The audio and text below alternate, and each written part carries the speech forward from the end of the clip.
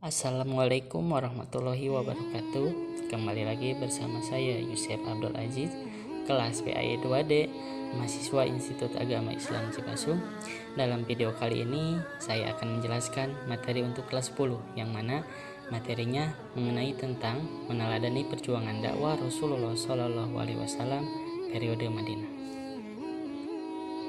Yang mana video ini untuk memenuhi tugas mata kuliah ICT Based Learning yang diampu oleh dosen Bapak Muhammad Jamjam Nurul Muslim MPD.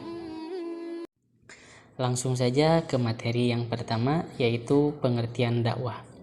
Karena dalam materinya juga tentang dakwah Rasulullah di Madinah, maka kita harus tahu apa itu dakwah. Yang pertama, pengertian dakwah. Dakwah adalah kegiatan yang bersifat menyeru, mengajak dan memanggil orang untuk beriman dan taat kepada Allah Subhanahu wa taala sesuai dengan garis akidah, syariat dan akhlak Islam. Dakwah Rasulullah Shallallahu alaihi wasallam periode Madinah ini berlangsung selama 10 tahun. Yakni dimulai dari tanggal 12 Rabiul Awal tahun pertama Hijriah sampai dengan wafatnya Rasulullah Shallallahu alaihi wasallam tanggal 13 Rabiul Awal tahun ke-11 Hijriah.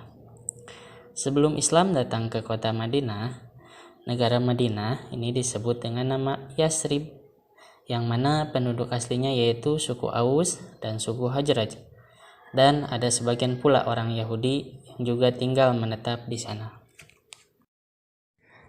Nah, untuk yang kedua yaitu faktor-faktor yang mendorong Nabi hijrah ke Madinah. Jadi, jika kita bertanya-tanya mengapa Nabi hijrah ke Madinah? Nah, ada dua faktor yang menyebabkan Nabi hijrah ke Madinah. Yang pertama, ada tanda-tanda perkembangan Islam yang baik di Yasrib. Dan yang kedua, Rasulullah SAW mendengar kabar buruk tentang rencananya pembunuhan atas dirinya oleh kaum Quraisy. Nah, untuk faktor pertama, tadi ada tanda-tanda perkembangan Islam yang baik di Yasrib. Mengapa dapat diketahui ada perkembangan Islam yang baik? Karena pada saat itu, yang pertama pada tahun 621 Masehi telah datang 13 orang penduduk Yasrib menemui Nabi Muhammad SAW di Bukit Aqobah dan berikrar untuk masuk Islam. Kemudian kejadian tersebut dinamakan Perjanjian Aqobah I. Kemudian yang kedua, tahun 622 Masehi datang lagi 73 orang Yasrib dari suku Aus dan Hajraj ke Mekah. Saat itu mereka datang dengan tujuan melaksanakan ibadah haji, namun sesungguhnya mereka ingin bertemu dengan Rasulullah dan mengajak Rasulullah untuk pindah ke Yasrib dan berjanji akan membela, mempertahankan dan melindungi Rasulullah SAW beserta pengikutnya. Kemudian kejadian itu disebut dengan Perjanjian Aqobah II. Setelah itu, akhirnya Rasulullah SAW memutuskan menyuruh para sahabat untuk pindah ke Yasrib. Nah, untuk faktor yang kedua, Rasulullah mendengar kabar tentang rencananya pembunuhan kepada dirinya oleh kaum Quraisy, yang mana rencana pembunuhan tersebut dikarenakan kaum Quraisy khawatir jika Nabi Muhammad SAW menguasai Madinah,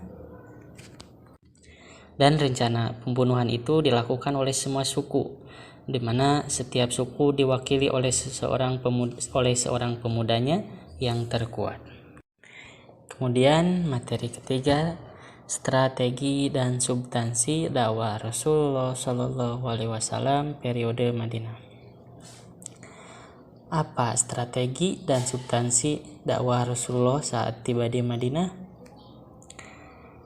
Pekerjaan besar yang dilakukan Rasulullah SAW dalam periode Madinah adalah pembinaan terhadap masyarakat Islam yang baru terbentuk. Dalam membina masyarakat Islam di Madinah, strategi dakwah yang dilakukan Rasulullah SAW antara lain, yang pertama, mendirikan masjid. beliau mendahulukan mendirikan masjid sebelum bangunan-bangunan lainnya. Selain kediaman beliau sendiri, karena masjid mempunyai potensi yang sangat vital dalam menyatukan umat dan menyusun kekuatan mereka lahir dan batin untuk membina masyarakat Islam atau daulah Islamiyah yang berlandaskan semangat tauhid. Masjid pertama tersebut dibangun oleh Rasulullah bersama kaum muslimin. Kemudian masjid ini dikenal dengan nama Masjid Nabawi. Selain mendirikan masjid, kemudian yang kedua Rasulullah SAW mempersaudarakan kaum muhajirin dan ansor. Kaum muhajirin yaitu orang-orang yang ikut berhijrah dari Mekah ke Madinah bersama Rasulullah SAW. Kemudian kaum Ansor yaitu orang-orang Madinah yang menolong, menyambut, dan membantu kaum muhajirin saat tiba di Madinah. Jadi saat tiba di Madinah, Rasulullah mempersaudarakan kaum muhajirin dan Ansor sebagai bentuk ukhuwah Islamiyah.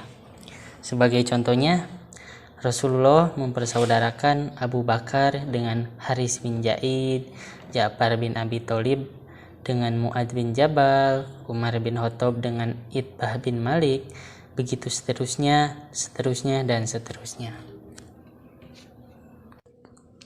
Kemudian selain itu, Rasulullah juga menjaga jalinan hubungan baik dengan kaum Yahudi, yaitu dengan membuat perjanjian perdamaian dengan kaum Yahudi, yang mana perjanjian itu bisa disebut dengan Ishaq Madinah atau kita kenal dengan Piagam Madinah, yang fungsinya adalah untuk menciptakan suasana tentram di kota baru bagi Islam yang ada di Madinah. Di antara isi perjanjian yang dibuat oleh Nabi Muhammad dengan kaum Yahudi antara lain, yang pertama, bahwa kaum Yahudi bebas memeluk dan menjalankan agamanya masing-masing. Yang kedua, kaum muslimin dan kaum Yahudi wajib tolong-menolong untuk melawan siapa saja yang memerangi mereka. Yang ketiga, kaum muslimin dan kaum Yahudi wajib menasihati, tolong-menolong, melaksanakan kebajikan dan keutamaan. Kemudian, kota Madinah adalah kota suci yang wajib dihormati oleh mereka yang terikat dengan perjanjian itu. Yang terakhir, bahwa siapa saja yang tinggal di dalam atau di luar kota Madinah wajib dilindungi keamanan dirinya, kecuali orang-orang yang dolim dan bersalah. Sebab Allah juga menjadi pelindung bagi orang-orang yang baik dan berbakti. Jadi, selain Rasulullah menjalin hubungan baik dengan sesama muslim dengan adanya ukhuwah Islamiyah, Rasulullah SAW juga menerapkan toleransi, yaitu dengan membuat perjanjian perdamaian dengan kaum Yahudi. Strategi selanjutnya yaitu meletakkan dasar-dasar politik, ekonomi, dan sosial untuk masyarakat Islam. Islam semakin berkembang di Madinah. Dalam periode perkembangan agama Islam di Madinah inilah maka turun wahyu dari Allah yang mengandung perintah zakat, puasa, hukum-hukum yang bertalian dengan pelanggaran atau larangan, jinayat atau pidana, dan lain-lain. Kemudian ditetapkan dasar-dasar politik, ekonomi, sosial, dan lain-lain, maka semakin teguhlah bentuk-bentuk masyarakat Islam, sehingga semakin hari pengaruh agama Islam di kota Madinah semakin bertambah besar. Kemudian strategi yang terakhir yaitu Rasulullah membangun negara Madinah. Dengan terbentuknya negara Madinah ini, Islam semakin bertambah kuat. Perkembangan Islam yang pesat membuat orang-orang Mekah menjadi resah untuk memperkokoh dan mempertahankan keberadaan negara yang baru didirikan itu. Nabi Muhammad mengadakan beberapa ekspedisi keluar kota, baik langsung di bawah pimpinannya maupun tidak.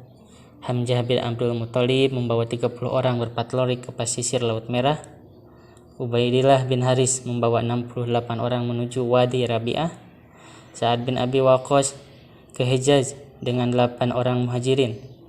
Nabi SAW sendiri membawa pasukan ke Abwa. Kemudian dengan membawa 206 orang muhajirin dan ansor dan ke Usyairiyah.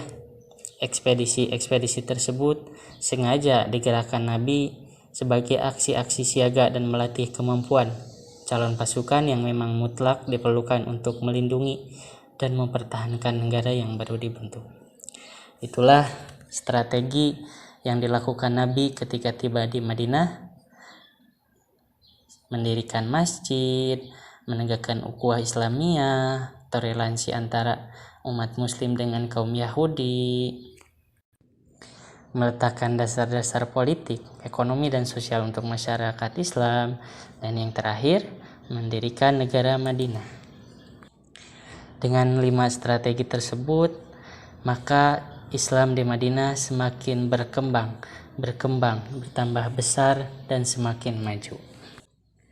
Setelah kita mengetahui tadi pengertian dakwah, faktor-faktor yang mendorong Nabi hijrah ke Madinah, dan strategi-strategi dakwah Nabi ketika di Madinah, maka kita hendaknya mengambil hikmah dari sejarah dakwah Rasulullah SAW, yang mana hikmah sejarah dakwah Rasul ini merupakan subjudul keempat dari 5 materi tadi. Yang pertama, hikmah dari sejarah dakwah Rasulullah. Yang pertama, dengan persaudaraan yang telah dilakukan oleh kaum muhajirin dan kaum ansor dapat memberikan rasa aman dan tentram. Jadi kita bisa mencontoh persaudaraan antara kaum ansor dan muhajirin. Kaum ansor yang menolong dengan ikhlas, dengan senang hati, baik materi, tenaga, pemikiran, dan hanya mengharapkan ridho Allah. Kemudian hikmah yang kedua, persatuan dan saling menghormati antar agama. Menegakkan ukhuwah Islamiyah merupakan bukti dari persatuan. Kemudian saling toleransi antar agama merupakan bukti saling menghormati, dan tertera dalam Quran surat Ali Imran ayat 76. Hikmah ketiga, menumbuh kembangkan tolong menolong antara yang kuat dan lemah, yang kaya dan miskin.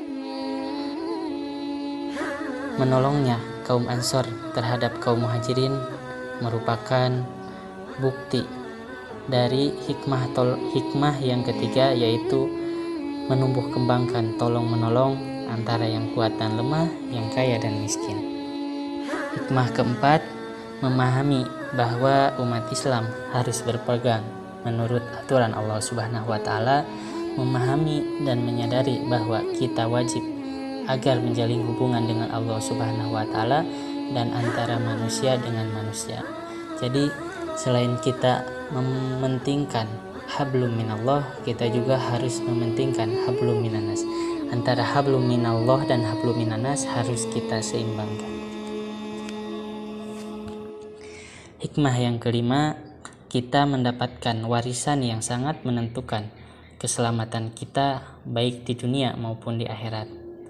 Jadi hikmah kelima ini semoga dari sejarah dakwah Nabi yang begitu berat, yang begitu susah, bahkan ancamannya nyawa, kita mendapatkan warisan. Warisan ini dapat menentukan keselamatan kita di dunia maupun di akhirat. Dengan apa warisannya? Dengan agama Islam yang kita peluk saat ini dan kita jalankan. Itu merupakan warisan dari Nabi yang bisa menjadi wasilah keselamatan kita baik di dunia maupun di akhirat. Dan hikmah yang terakhir yang 6, menjadikan Rasulullah SAW sebagai inspirasi dan motivasi dalam menyiarkan agama Islam. Setelah kita lewati, setelah kita pahami, setelah kita pelajari hikmah dakwah Rasul, maka hendaklah kita menjadikan Rasul sebagai inspirasi dan motivasi dalam menyiarkan agama Islam supaya lebih semangat lagi dan semangat lagi. Dan yang terakhir, materi yang kelima, sikap dan perilaku yang mencerminkan penghayatan terhadap dakwah Rasulullah SAW. Mana saja sikap yang mencerminkan? Yang pertama, mencintai Rasulullah dengan konsisten dan berkomitmen melaksanakan Al-Quran dan Sunnah sebagai bukti merawat dan melestarikan ketakwaan. Jadi kita mencintai Rasulullah dengan bukti melaksanakan komitmen dan konsisten ajaran Al-Quran dan Sunnah merupakan sikap dan perilaku yang mencerminkan terhadap dakwah Rasulullah SAW. Kemudian sikap yang kedua, gemar, rajin membaca buku. Buku yang dibaca termasuk buku sejarah, khususnya sejarah Nabi Muhammad SAW dan para sahabatnya.